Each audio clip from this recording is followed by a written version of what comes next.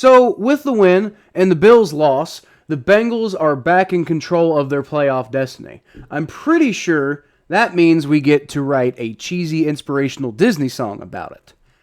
I will stay the course and make the fucking playoffs.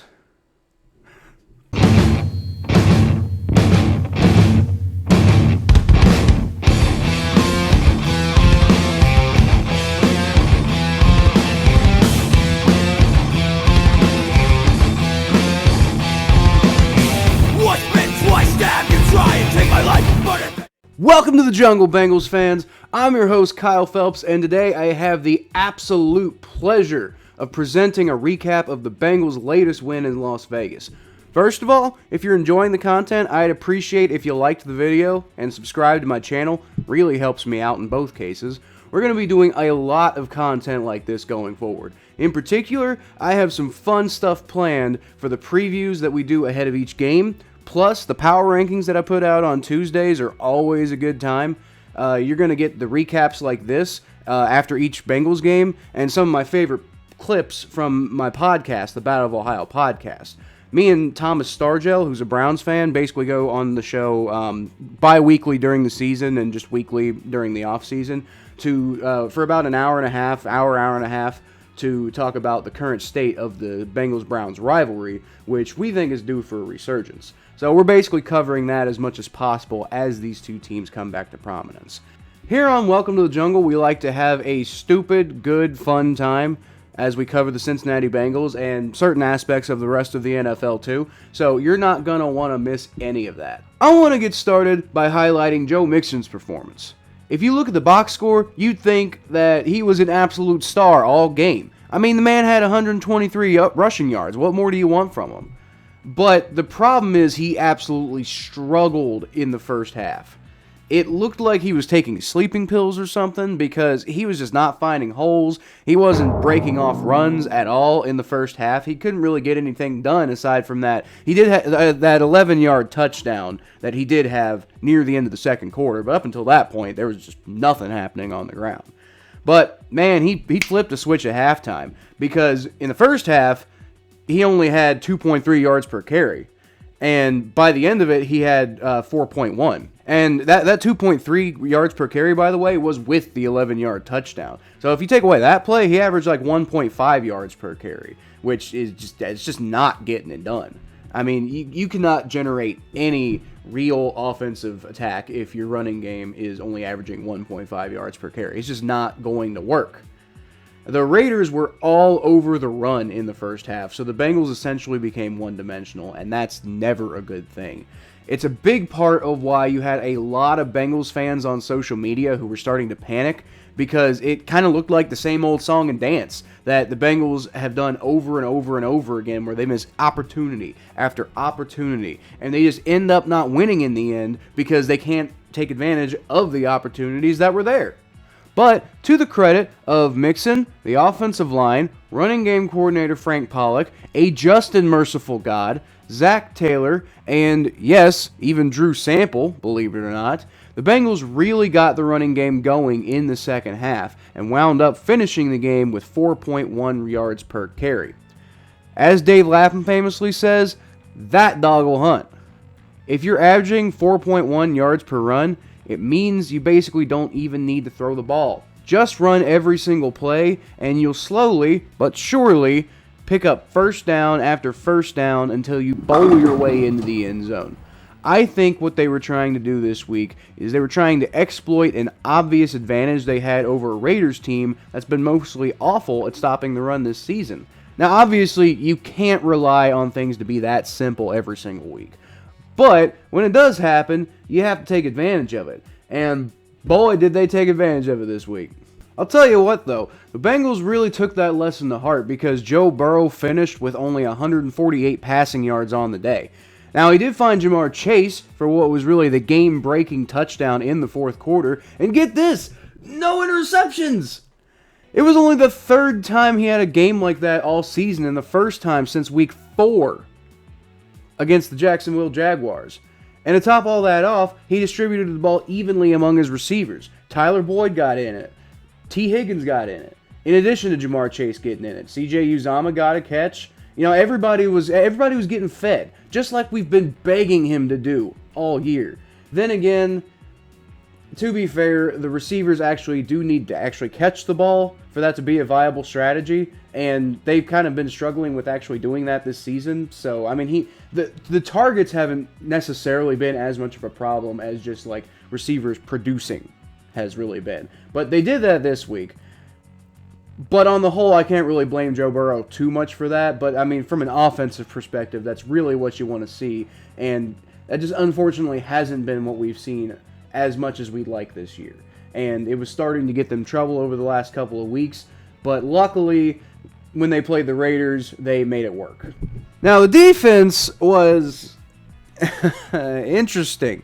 Darren Waller absolutely feasted on a Bengals defense that just doesn't seem prepared to ever be able to handle tight ends. Oh yeah, and not having Akeem Davis-Gaither, who is basically the best coverage linebacker on the team, clearly hurts. But you have to give them credit. They managed to keep the Raiders out of the end zone on all but one weird 3-play drive where Derek Carr just exploited tight end matchups for 3 plays in a row. That sucked. But overall, they gave up 13 points and really came alive at the end of the fourth quarter. I'm talking about that game-sealing fumble that Trey Hendrickson and Sam Hubbard combined for on the Raiders' last meaningful drive. But I would be totally remiss if I didn't shout out the absolute legend, Eli Apple, who mostly played well in coverage all day and absolutely wrecked the Raiders' hopes and dreams with a critical interception in the fourth quarter. The Bengals were only up 9 points at the time, but the ensuing touchdown made it a super comfortable 16. I about crapped my pants when that happened because it came from Eli Apple, of all people, you beautiful bastard. The true star of this game was the one, the only, Legatron! Evan McPherson. He's been quiet in recent weeks, more so discussed because of the few struggles that he's had with missed kicks here and there, and he did have one missed extra point this week, but it really didn't end up mattering. But boy, other than that, was he automatic this week. Ultimately, the Bengals won by enough that you could have taken away all 14 of the points that he contributed and they still would have won. But he bailed the Bengals offense out numerous times during the day. So basically, without him, they wouldn't have had a lot of there would have been a lot of really bad momentum swings. So maybe those 14 points aren't the difference in the game, but that momentum kind of is. And when the offense is at least able to put points on the board, that it sucks that you don't get it in for a touchdown when you're having a good drive, but if you at least get points on the board, then you at least feel like you did something, and it doesn't just completely swing the momentum the other team's way.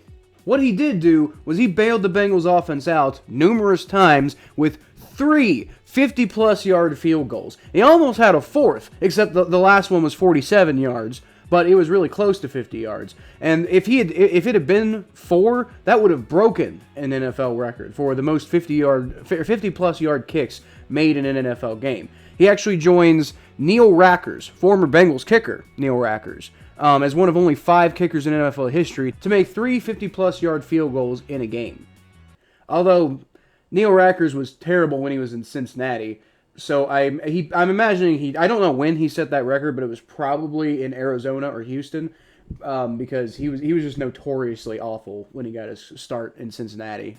Point being, McPherson looked fantastic this week, and my dumbass benched him in fantasy this week, not because I didn't believe in him, but because the Bengals were on bye last week, and so I went out and I got Michael Badgley to be my kicker, and I just totally forgot to put Evan McPherson in this week. So, with the win and the Bills' loss, the Bengals are back in control of their playoff destiny. I'm pretty sure that means we get to write a cheesy, inspirational Disney song about it. I will stay the course and make the fucking playoffs. Alright, well that and it means the Bengals just need to keep pace with the rest of the AFC to make it to the postseason. The Bengals could take control of the number 5 seed with a win over the Steelers next week. A Steelers team that, by the way, we whooped in Pittsburgh a couple of months ago. Frankly, they haven't improved much since then. So I'd imagine the Bengals are probably going to be the favorite there. They could also take control of the division and probably the number 3 seed if the Browns beat the Ravens next week. Frankly, the playoff possibilities are unlimited next week, considering you've got, Steelers, Bengals, you've got Titans, Patriots, you've got Chargers, Broncos, you've got Browns, Ravens. There's so many different games in the NFL that affect the AFC playoff picture next week and how we're going to view them going forward. We do need to talk about this offense, though. They've put up 30-plus points per game in 4 of their last 5 games, which is pretty good. The 30 mark is what we've said all season that that's what we need to be hitting. That's what we need to be aiming for, because if we do that, then we should be able to win most of our games. But the problem is the 30-plus points per game lately has mostly come with some really slow starts, and then once they heat up, they're unstoppable. But for whatever reason, they just haven't seemed to be able to figure out that they're supposed to show up for the first 2 quarters. I mean, I get it. I've missed my alarms for work before. But if you do that too often, your employer's not going to want to keep you around for too long. They are 6-4, so whatever they're doing right now is working a hell of a lot better than anything else they've been doing since 2015. But I'm a bit concerned how they're going to handle teams like the Chargers, who just dropped 41 points against the Steelers last night. They broke the 40-point mark earlier this season as well against the Cleveland Browns. So a slow start against them could be absolutely lethal. You also play the Chiefs later in the year, who have been coming back to form lately. And if Patrick Mahomes is going to be playing like Patrick Mahomes is wont to do, then that could be dangerous. You could easily see them back to their old levels of dominance by week 17 if that happens. So that's not ideal. And then there's the Browns, who we play in the last game of the season, and we already saw what a slow start could do against them 2 weeks ago.